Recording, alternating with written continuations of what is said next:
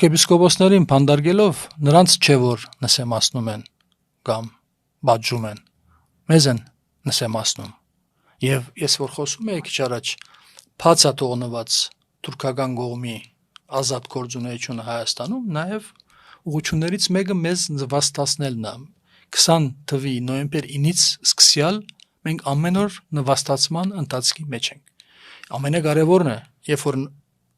մարդ արդեն չի ունենում արժանապատվություն, դրանից հետո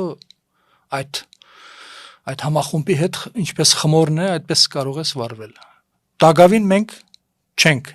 արժանապատվությունից զրկվել։ Հենց դրա վրա է այսօր այդ աշխատանքը դարվում, այսինքն այստեղ ավելի շատ հոգեբանական հարթությունում է,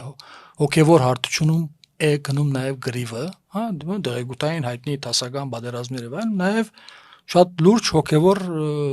հարթությունում դեղի ունենում այսօր գրիվ։ Նույն այսօր եկեղեցու վրա հարձակումը,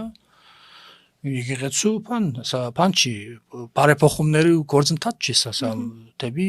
մասնատում է դանում։ Շատ բոլորս էլ հասկանում ենք, որ եկեղեցին ունի որպես հաստատություն ունի խնդիրներ բարեփոխման, ավելին ես կասեի, արմատական փոփոխությունների խնդիր ունի, բայց դա ոչ թե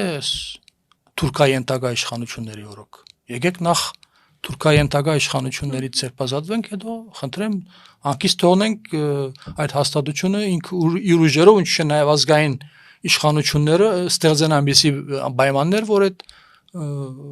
փոփոխությունը դեղի ունենա։